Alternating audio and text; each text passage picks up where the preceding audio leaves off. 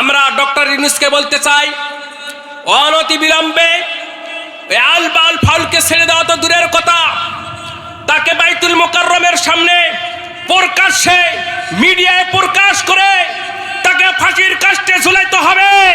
আর যদি না ঝুলানো হয়, টেকনাফ থেকে তেতুলিয়া, রুশপা থেকে পাদুরিয়া, সুন্দরবন থেকে বান্দরবন, বাংলাদেশের তৌহিদি জনতা দাবানলের মতন আগুন জ্বালাবে, আগুন জ্বালাবে, আগুন জ্বালাবে। কথা বলেন ঠিক কিনা? রব্বুল আলামিন বলেন, হে নবী আপনি বলে দেন, এই সমস্ত পৃথিবীর ক্ষমতাশীল একমাত্র তিনি হলেন কে? সে মহান রব্বুল আলামিন। রব্বুল আলামিন বলেন, এই পৃথিবীর মালিক আমি, এই পৃথিবীর মালিক আমি। আমি যাকে ইচ্ছা তাকে আমি ক্ষমতা দিব, যাকে ইচ্ছা তার থেকে আমি ক্ষমতা ছিনিয়ে নিব। কথা বলেন ঠিক কিনা? রব্বুল আলামিন যদি কারো কাছে ক্ষমতা ছিনিয়ে নেন, তাহলে তার কোনো শক্তি আছে সে ক্ষমতা টিকিয়ে রাখা? কথা বলেন, কারো ক্ষমতা নেই। রব্বুল আলামিন বলে, ও আমার গোলাম, শুধু তাই নয়, অত ইজ্জু মান তাশাম, আমি যাকে ইচ্ছা তাকে আমি সম্মান করি, তাকে ইচ্ছা তাকে আমি সমাজের বুকে সম্মানিত করি, আর যাকে ইচ্ছা তাকে আমি সবার সামনে লাঞ্ছনা করি, তাকে আমি সবার সামনে অপমান করি, তাকে আমি সবার সামনে অপমানের পাত্র হিসেবে করে দেই। কথা বলেন ঠিক কিনা? রব্বুল আলামিন বলে, এই পৃথিবীর সব কিছু কল্যাণের দায়িত্ব আমি আল্লাহর হাতে। সুবহানাল্লাহ বলেন। তারপর রব্বুল আলামিন বলেন, ইন্নাকা আলা কুল্লি শাইইন কাদির, অবশ্যই এই পৃথিবীর সমস্ত কিছুর ক্ষমতার অধিকারী আমি মাত্র আল্লাহ একাই, পৃথিবীর কারো নয়। সেজন্য এই পৃথিবীর রাজত্ব হলো একমাত্র আল্লাহর হবে। কথা বলেন ঠিক কিনা? সেজন্য মহান রব্বুল আলামিন বলেন, আলা লাহুল খালকু ওয়াল আমর, ও আমার দুনিয়ার গোলামরা শোনো, এই পৃথিবীর সব কিছু সৃষ্টি হলো একমাত্র আল্লাহর, সেজন্য আইনও চলবে একমাত্র কার? কথা বলেন। এই পৃথিবীর সব কিছু সৃষ্টি করেছেন একজন, তিনি হলেন কে? আওয়াজ করে বলেন, রব্বুল আলামিন সৃষ্টি, সেজন্য রাজত্ব চলবে একজনের, তিনি হলেন কে? সব কিছু সৃষ্টি করেছেন আল্লাহ রব্বুল আলামিন, সেজন্য আলা লাহুল খালকু ওয়াল আমর, সৃষ্টি যার, আইন চলবে তার। পৃথিবীর আর কারো আইন চলতে পারে না, পশ্চাৎদের আইন চলতে পারে না। সেজন্য মহান রব্বুল আলামিন বলেন, ও আমার দুনিয়ার গোলাম, তুমি তোমার জীবনে আল্লাহ রব্বুল আলামিন আইন পরিচালনা করো তোমার জীবনকে, তারপর তোমার পরিবারে তুমি আল্লাহ তাআলার আইন চালু করো, তারপরে সমাজে আইন চালু করবা, তারপর ধীরে ধীরে তুমি রাষ্ট্রের মধ্যে আমি আল্লাহ তাআলার আইন চালু করবা। কথা বলেন ঠিক কিনা? সেজন্য রব্বুল আলামিন বলেন, সৃষ্টি আমার, পৃথিবীর সবকিছু সৃষ্টি আমার, আইনও চলবে আমার। সেজন্য মহান রব্বুল আলামিন বলে, তুমি যদি আমার আইন মানতে না চাও, তুমি যদি আমি আল্লাহকে মানতে না চাও, রব্বুল আলামিন বলে, তাহলে তুমি আমার পৃথিবী থেকে বাইর হয়ে যাও, যেখানে ইচ্ছা সেখানে যাও, তুমি যেখানে পারবা সেখানে চলে যাও, আমার জমিনে তোমার থাকা যাবে না। বলেছেন কে? কে বলেছেন? রব্বুল আলামিন বলেন, ইয়া মা'শারাল জিন্নি ওয়াল ইনসি ইন ইসতাতা'তুম আন তানফুযু মিন আকতারিস সামাওয়াতি ওয়াল আরদ ফানফুযু লা তানফুযুনা ইল্লা বিসুলতান। রব্বুল আলামিন বলে, আমার গোলাম, ইয়া মা'শারাল জিন্নি ওয়াল ইনস, হে দুনিয়ার মানুষ এবং জিন জাতি, ইন ইসতাতা'তুম আন তানফুযু মিন আকতারিস সামাওয়াতি ওয়াল আরদ, তুমি যদি পারো আসমান জমিনকে অতিক্রম করে অন্য কোন গ্রহে চলে যাও, যে গ্রহের রাজা, যে গ্রহের ক্ষমতা আমি আল্লাহর নাম, এমন এক স্থানে তুমি চলে যাও, পারো নাকি? দেখো, পারবে? কেউ পারবে? আল্লাহ তাআলার জমিন বাদ দিয়ে যদি কেউ আসমানে যায়, আসমানের মালিক একজন, তিনি হলেন কে? কেউ যদি পাহাড়ে যায়, পাহাড়ের মালিক একমাত্র তিনি হলেন কে? আল্লাহ রাব্বুল আলামিন। কেউ যদি সমুদ্রে যায়, সমুদ্র সৃষ্টি করেছেন একজন, তিনি হলেন কে? কেউ যদি বলে না আমি মাটির ভিতরে ঢুকে যাব, কোনো সমস্যা নাই, মাটির ভিতরে যা কিছু আছে সব কিছু সৃষ্টি করেছেন একজন, তিনি হলেন কে? একটু আওয়াজ করে বলেন। রব্বুল আলামিন বলে, তুমি পারবে না, তুমি আমার আসমান জমিন যাহা কিছু আছে সেখান থেকে তুমি অতিক্রম করতে পারবে না, তোমাকে আমার এই দুনিয়াতে থাকতে হবে, এই আমার জমিনে থাকতে হবে, আসমানের নিচে থাকতে হবে। যেহেতু তুমি আমার জমিনে আমার আসমান নিচে থাকবা, সেজন্য আমার আইনকেও তোমাকে মানতে হবে। কথা বলেন ঠিক কিনা? যেহেতু রব্বুল আলামিন বলেছেন জমিন আমার, আসমান আমার, পাহাড় আমার, পর্বত আমার, সমুদ্র আমার, পৃথিবীর যা কিছু আছে সব কিছু আমি আল্লাহ সৃষ্টি করেছি, সেজন্য যেখানে যাবা সেখানে আল্লাহর বরত্ব, আল্লাহ তাআলার ক্ষমতা আছে না নাই? যেখানে যাবা সেখানে আল্লাহ তাআলার ক্ষমতা আছে। সেজন্য রব্বুল আলামিন বলেন যেহেতু তুমি কোথাও যেতে পারবে না, সেজন্য আমার আইন তোমাকে মেনেই দুনিয়াতে চলতে হবে। কথা বলেন ঠিক কিনা? সেজন্য রব্বুল আলামিন বলেন, ও আমার দুনিয়ার গোলাম, তুমি আমি আল্লাহর আনুগত্য করতে চাও না, আমি আল্লাহর আইন মানতে চাও না, অথচ দেখো পৃথিবীর সমস্ত তুমি ছাড়া, মানুষ জিন ছাড়া যত সৃষ্টি আছে, পাহাড় পর্বত মাটি জমিন যাহা কিছু আছে সব কিছু আল্লাহ তাআলার বড়ত্ব প্রকাশ করে কি করে না? আওয়াজ করে বলেন। রব্বুল আলামিন বলেন, ও আমার গোলাম শোনো শোনো, ইসাব্বিহু লিল্লাহি মা ফিস সামাওয়াতি ওয়া মা ফিল আরদ লাহুল খালকু ওয়া লাহুল হামদ। আল্লাহু আকবার বলেন। রব্বুল আলামিন বলেন, ও আমার দুনিয়ার গোলাম, আসমান জমিনে যাহা কিছু আছে, আসমান জমিনে যাহা কিছু আছে সব কিছু একমাত্র সে রব্বুল আলামিনের বড়ত্ব প্রকাশ করে। সুবহানাল্লাহ বলেন। সে রব্বুল আলামিনের পবিত্রতা বর্ণনা করে, সেজন্য পৃথিবীর সব কিছুর রাজত্ব হবে সেই আল্লাহর। কথা বলেন ঠিক কিনা? রব্বুল আলামিন বলেন পৃথিবীর মধ্যে যাহা কিছু আছে সব কিছু যেহেতু আমি আল্লাহর প্রশংসা করে, আমি আল্লাহর পবিত্রতা বর্ণনা করে, সেজন্য এই পৃথিবীকে রাজত্ব হবে একমাত্র আল্লাহর। কথা বলেন ঠিক কিনা? সেজন্য রব্বুল আলামিনের আনুগত্য করার দরকার আছে না নাই? রব্বুল আলামিনের আইন মানার দরকার আছে না নাই? একটা আওয়াজ করে বলেন। সেজন্য রব্বুল আলামিনকে বলি, ও রব্বুল আলামিন, আপনার আনুগত্য করব, আপনার ইবাদত করব, তবে আমাদেরকে সৃষ্টি করেছেন আপনি কি জন্য, আপনি একটু বলে দেন। রব্বুল আলামিন বলে, আমার গোলাম, তোমাকে সৃষ্টি করার কারণ কি তুমি শুনবানি। রব্বুল আলামিন বলেন, ওয়া খালাকাতুল জিন্না ওয়াল ইনসা ইল্লা লিয়াবুদুন।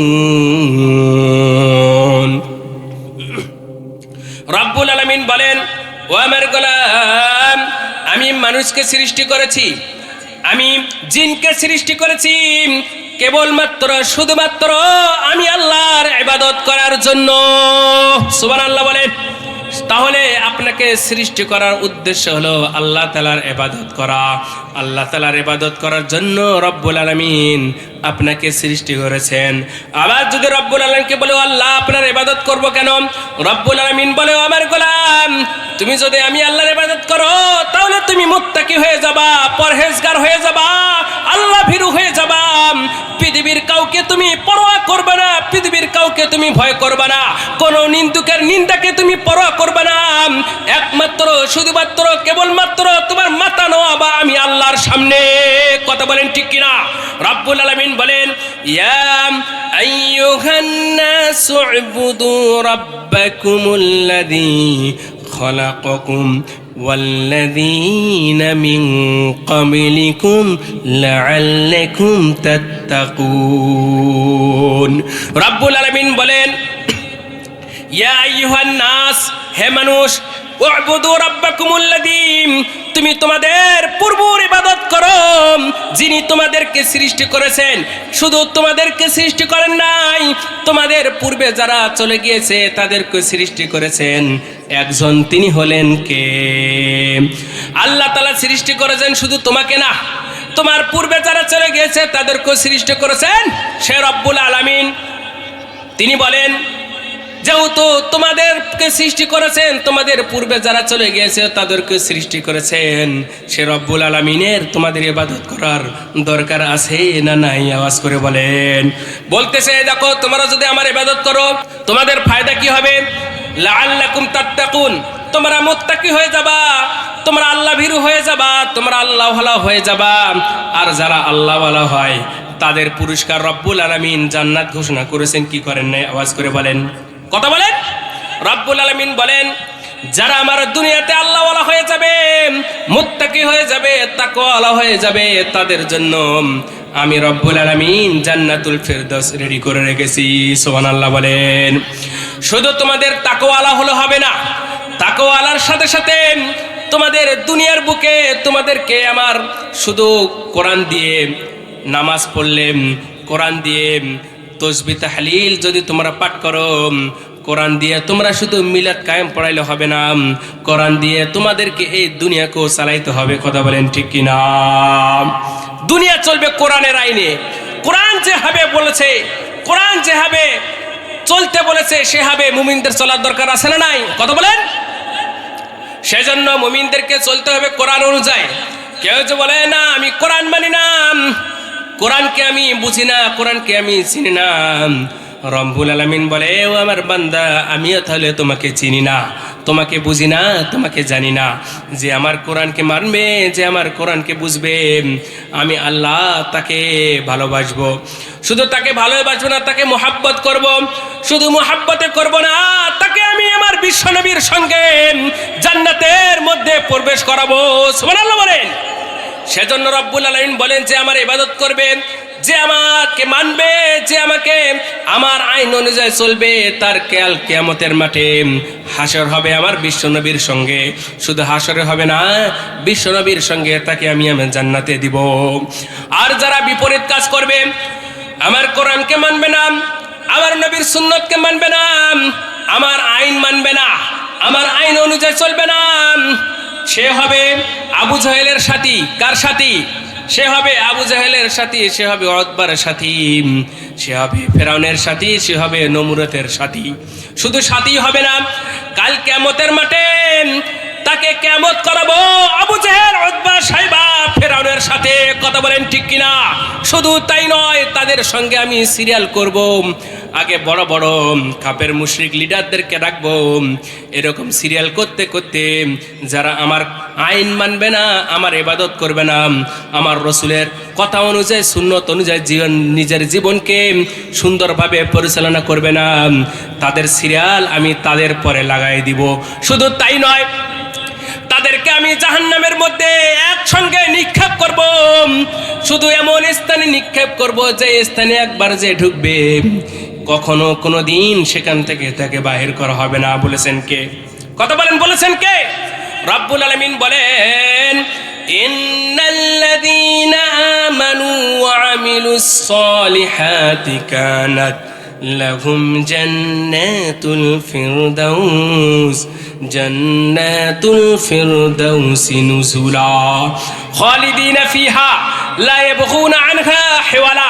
রব্বুল আলামিন বলেন, ও আমার গোলাম, যারা আমার ইবাদত করবে, যারা আমার আমল করবে, যারা আমাকে মানবে, আমার হুকুম অনুযায়ী চলবে, কাল কিয়ামতের মাঠে তার জন্য আমি আল্লাহ জান্নাতুল ফিরদাউস রেডি করে রেখেছি। সুবহানাল্লাহ বলে। রব্বুল আলামিন বলে, ও আমার গোলাম, জান্নাতুল ফিরদাউস কি রকম জানোনি? আমরা বলি, ও আল্লাহ কেমন, আপনি একটু বলে দেন। রব্বুল আলামিন বলতেছেন, জান্নাতিন তাজরি মিন তাহতিহাল আনহার, জান্নাতুল ফিরদাউসটা এমন হবে, ওই জান্নাতের তলদেশ দিয়ে নহর প্রবাহিত হতে থাকবে, নহর প্রবাহিত হতে থাকবে, মধুর নহর চলবে, মিষ্ট পানির নহর চলবে। এরকম অনেক সুস্বাদু খাবারের নহর এই জান্নাতের তলদেশ থেকে প্রবাহিত হতে থাকবে। রব্বুল আলামিন বলে, ওই জান্নাতে যাকে একবার ঢুকাবো, খালিদিনা ফিহা লা ইয়াবগুনা আনহা হিওয়ালা। রব্বুল আলামিন বলে, একবার যাকে ওখানে ঢুকাবো, এক মুহূর্তের জন্য ওই জান্নাত থেকে ওই বান্দাকে বাহির করা হবে না। বলেছেন কে? কথা বলেন, বলেছেন কে? রব্বুল আলামিন বলেন, ও আমার গোলাম, ওই জান্নাত হবে তোমার শেষ ঠিকানা, ওই জান্নাতে তোমরা ঢুকবা, এমন শান্তির জায়গা, সেখান থেকে তোমাকে আমি আল্লাহ বার করব না। দুনিয়াতে অনেক ভিআইপি জায়গা আছে, দুনিয়াতে তোমরা অনেক 5 স্টার হোটেল বানিয়েছো। বাংলাদেশে সোনারগাঁ হোটেল আছে না নাই? কথা বলেন। বাংলাদেশে সবচেয়ে নামি দামি যারা পপুলার, যার নামি দামি যারা স্টার, তারা সোনারগাঁ হোটেলে ঢাকায় থাকে। কথা বলেন ঠিক কিনা? এই সোনারগাঁ হোটেলে যারা থাকে তারা একটা নির্ধারিত সময় আছে না নাই? কথা বলেন। 1 দিন, 2 দিন, 5 দিন, 10 দিন, তারপর কিন্তু তাকে ওই ভিআইপি জায়গা থেকে তাকে বাহির হতে হয়, কিংবা সে যদি বাহির নাও হয় তাকে বাহির করে দেওয়া হবে কি হবে না?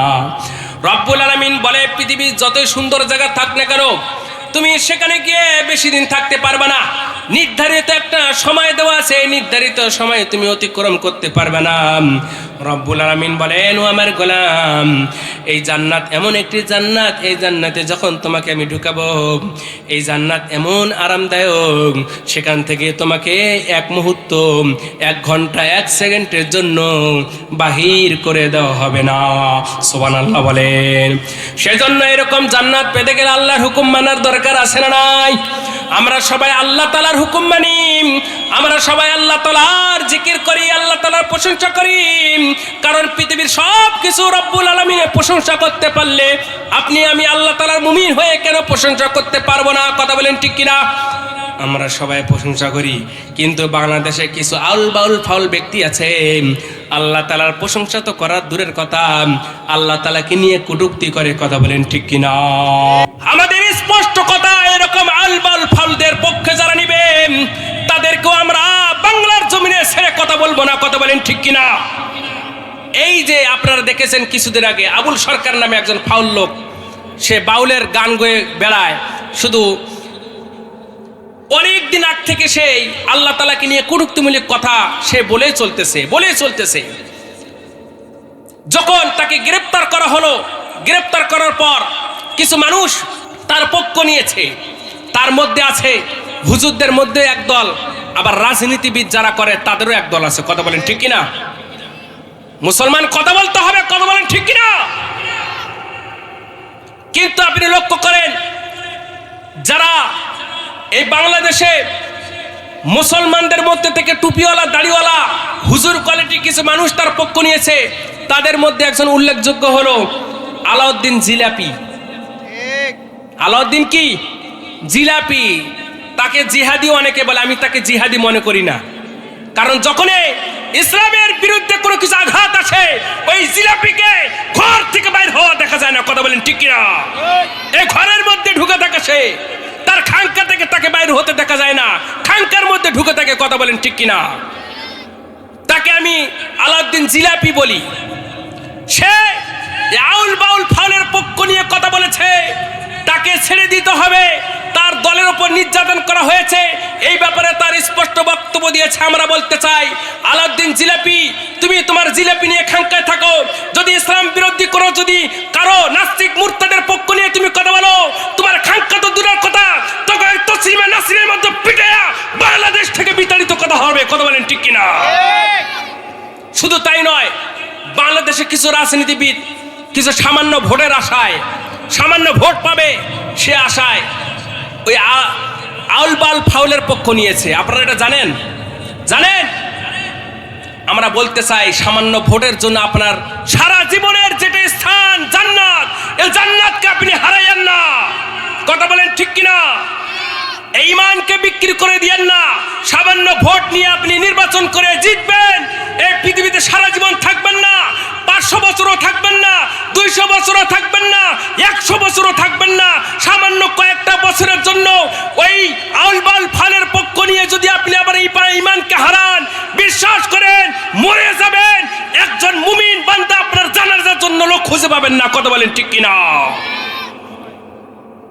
সেজন্য আমাদের স্পষ্ট ভাষা, আমরা ডক্টর ইউনূসকে বলতে চাই, অনতি বিলম্বে আউল বাউল ফাউলকে ছেড়ে দেওয়া তো দূরের কথা, তাকে বাইতুল মুকাররমের সামনে প্রকাশ্যে মিডিয়ায় প্রকাশ করে তাকে ফাঁসির কাস্টে ঝুলাইতে হবে।